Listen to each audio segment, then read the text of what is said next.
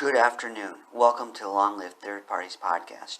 Free Press Media Press Inc., a third parties books publisher, sponsors this podcast. I'm Andrew Bouchard. Today I read the case Browne versus Bayless, 46P3D416, Arizona Supreme Court, 2002. Friends, today we're going to talk about independent candidates and third-party candidates.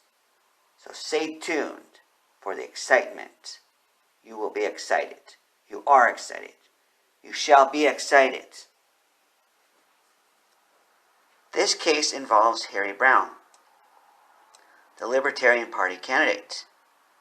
I voted for him in 1996. Did you vote for him in 1996 or some other time? Let me know. That was a big election year for me because I turned 18. It was the first time I voted. So I started out of the gate supporting third parties. Ever since then, been voting for third parties. How about you? So what happened here? Harry Browne wanted to get on the ballot in Arizona, but Arizona had some objections to it. So let's read from the record. It says, quote, on August 17th, 2000, Betsy Bayless, the Secretary of State, refused to accept Harry Browne's designation of electors and nominating petitions to appear on the November ballot as an independent candidate for President of the United States because they were filed 2 months beyond the statutory deadline, end quote. And it also says, quote, the Court of Appeals reversed, holding that the statute impermissibly burdened the association rights of independent voters, end quote. So the Court of Appeals gave us a victory. Unfortunately, we don't always get victories, so we take them when we can get them. Hooray, hooray. So why are we talking about independent candidates? Didn't we say that Harry Browne was a Libertarian Party candidate? Yes. Something different happened in Arizona this year. So let's find out what that was. Let's read. It says, quote, Browne began his campaign for president in Arizona as a candidate of the Libertarian Party. He received 78% of the votes for Libertarian candidate in Arizona's presidential preference election on February 22, 2000. On July 2nd, he was nominated for president at the National Libertarian Party Convention. He ultimately appeared as a Libertarian presidential candidate on the ballots of 47 states in the District of Columbia. In Arizona, however, a split developed within the state's Libertarian Party, and Browne's supporters lost the battle for control of the party.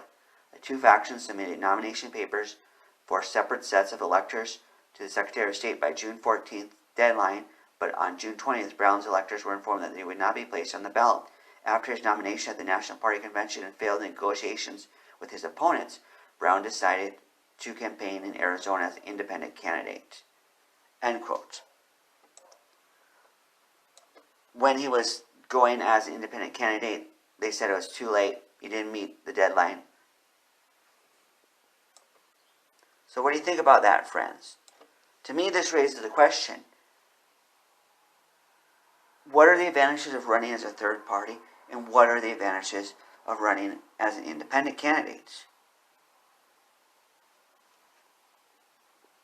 Would you do either? Would it depend on the circumstances? What's the best?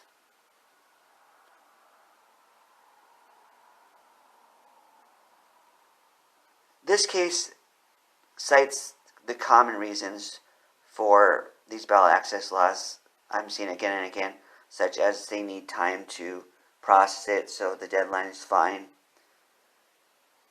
And they also talk about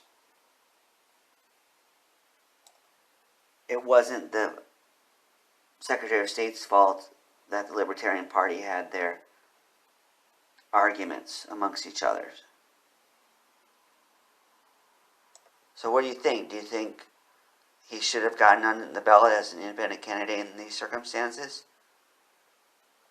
Fortunately, he got on the ballot in the other states as a Libertarian Party candidate. So ultimately it says, quote, for the foregoing reasons, we hold that the filing deadline imposed by ARS 16341 does not impermissibly burden the association rights of independent voters. The opinion of the Court of Appeals is vacated and the trial court's order is affirmed. Each side will bear its own cost and attorney fees. End quote. So friends, if you don't like independent candidates and you like third parties, maybe you don't want independent candidates to get on the ballot, but I don't think that would be the case. I would imagine if you like third parties, you're also fine with independent candidates. You might think third parties are the best way to run campaigns, but independent candidates have legitimacy too.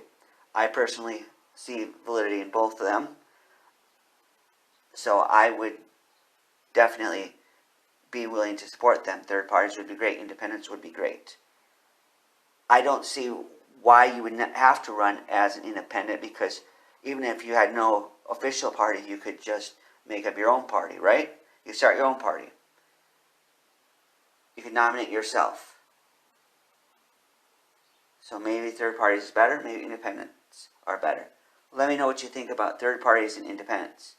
And let me know what you think about whether Harry Browne should have gotten the ballot this year in Arizona. Long live third parties. Goodbye.